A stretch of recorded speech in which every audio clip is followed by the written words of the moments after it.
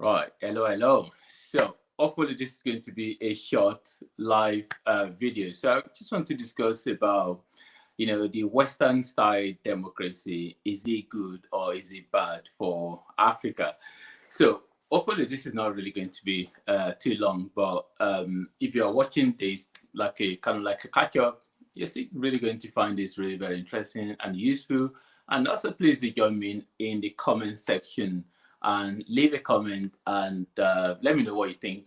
Let me know your thought in terms of like the Western democracy. Is it good or bad for Africa? So basically, what I'm just talking about is that before the European arrived in Africa, so there were kingdoms and empires, and they were just doing their thing. So our ancestors, they do their own democracy the way, even though you can people do say that the origin of democracy is actually in the from Greece.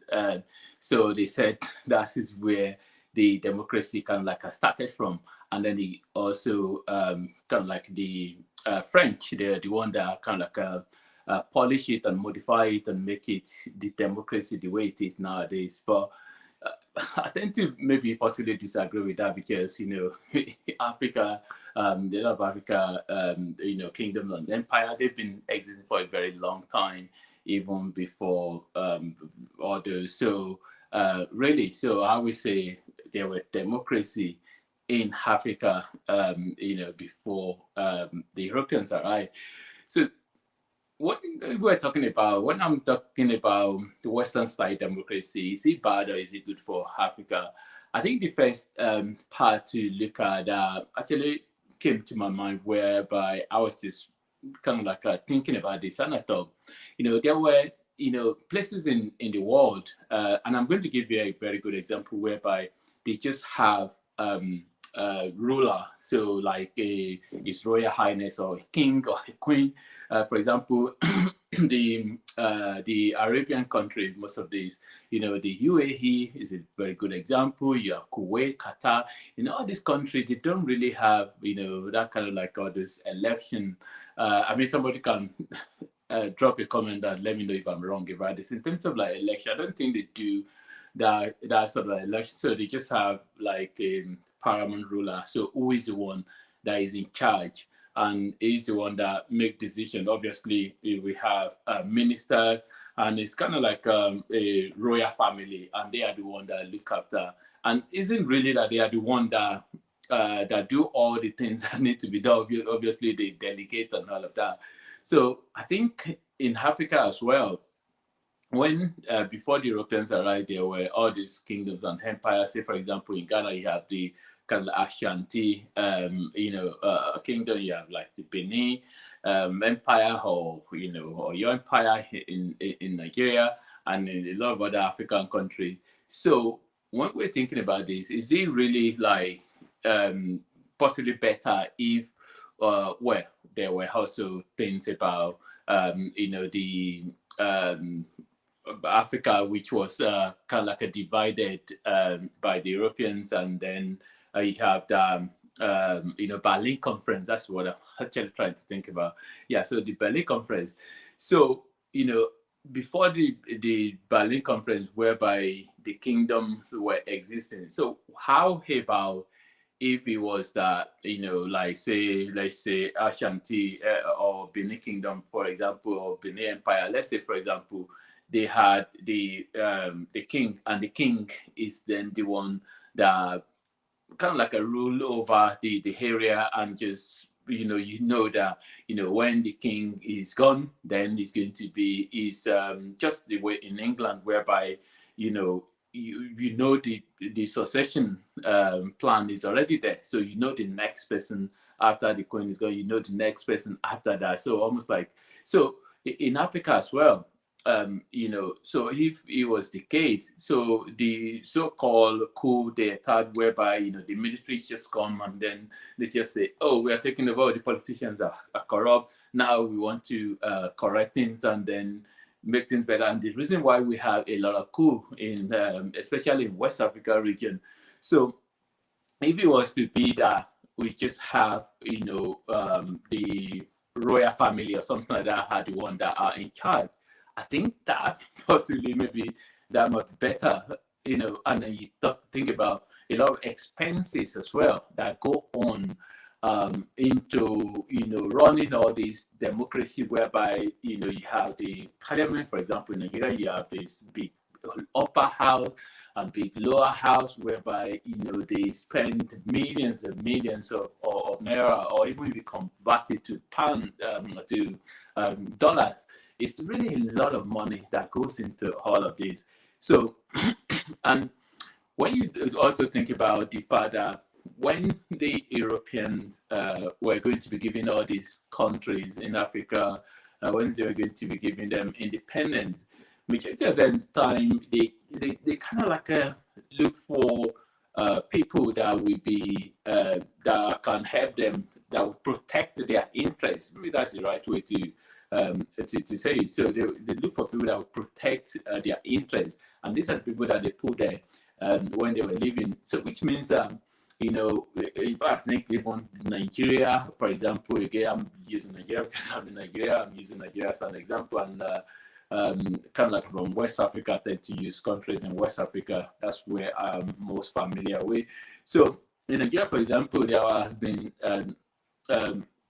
some information about the first election, the first ever election in Nigeria, that it was almost like it was manipulated, by the British.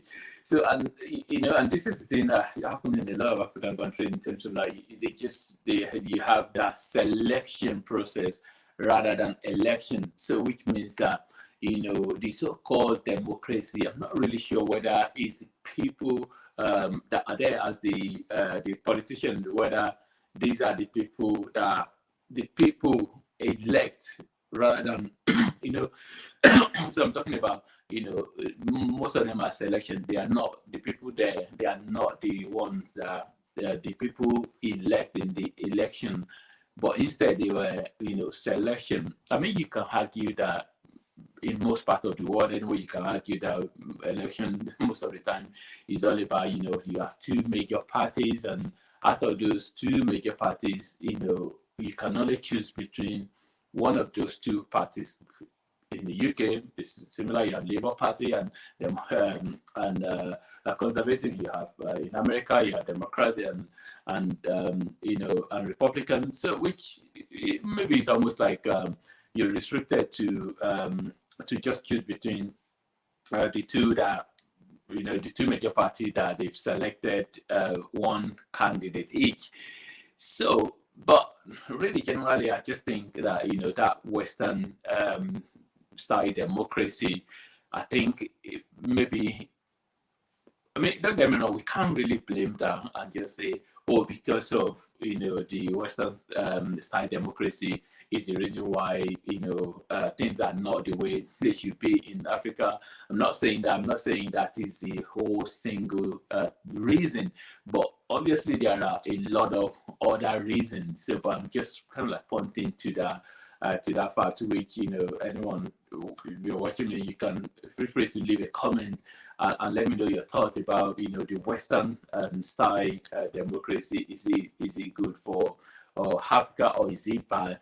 So, because a lot of things nowadays is just been I mean, again, because of colonization, it's just things have been done in terms of almost like copycat, like copy, or either we're copying the West, or whether because they have given us some certain way to do things when we were colonized. Yeah, so maybe because of that, or maybe we're copying them. It's just mean that we now have to do things in a certain way, and one of those is the democracy. So I mean, again, don't get me wrong, like the likes of Russia or China, that have kind of like a communist state, that they almost like having one person, that the person can just be there for however long that they want.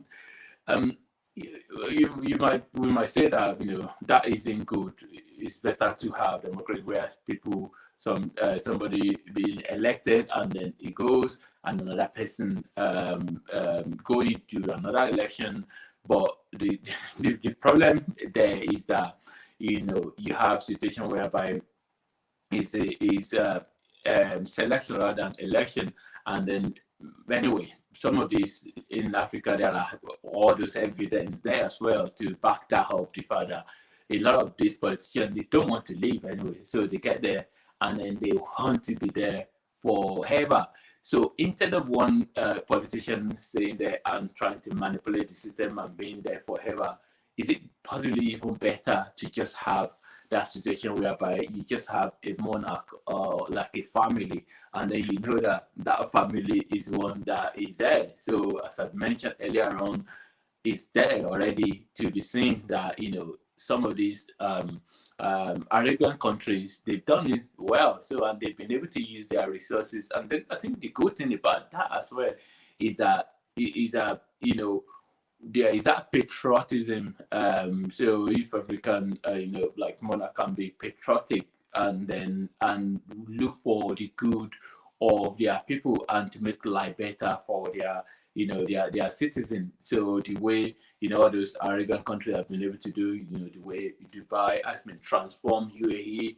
Well, some people say that I've been to Dubai and just marvel at how the place is. Some people to do argue and say, oh yeah, it's kind of too artificial or too, I can't remember some other words that people used to describe Dubai, like it's not real. So, but it doesn't really matter whether it's real or not. The place is people, the royal family there, they make life better for their citizens.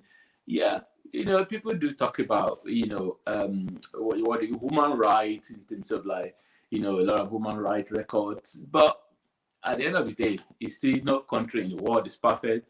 You see the likes of Gaddafi in Libya. Whether you like him or hate him, the fact remains that he did his best to be able to make life better for his people until what happened. I don't want to go too much into detail in that, but and then there have been various African leaders who have tried their best to make life better for their citizens. So, but the Western style democracy, yeah, whether it's really costing a lot of money in all these countries, especially in Nigeria, for example, where a lot of money is spent on on this whether one elect the election process, and two this parliament senators and House of Rep, and they just spend a lot of money endlessly. So which sometimes you wonder, are they really doing anything? But anyway, so enough of my rant. So but if you're watching this, please do leave a comment and let me know what you think in terms of like the Western side democracy. Is it good for Africa or is it bad for Africa? I'm not entirely saying it's bad for Africa, but if you ask me to choose between like maybe a monarch system and the election whereby people will elect one person or elect various people to be in charge, I would possibly prefer kind of like a monarch system. So because I've seen evidence of it in the places where it does work, but that doesn't mean that democracy to choose. And then why is actually the question? The question is just because these politicians, they haven't really done the good job that they're supposed to do to make life better for everyday African. So it's the reason why the question is out. So if everything is going well the way it should be and things are fine, yeah, why not? There isn't really going to be the question in the first place in terms of like, so but it's just like whether that Western side democracy, does this suit Africa, where it's good for the Western country who brought it to all, and then again, it's not really that we didn't have democracy before they arrived. So, very good example is in Nigeria in the whole Oyo Empire in the medieval time, whereby there is that Oyomacy, so which is the combination of judiciary and and the executive, a lot of functions combined. So which the Oyo Mesi in the whole Oyo ancient Oyo Empire had then. So that's a form of democracy. So it seemed really that there wasn't a democracy in Africa before the European arrived. So anyway, so leave a comment and let me know what you think. And yeah, thanks for watching and God bless.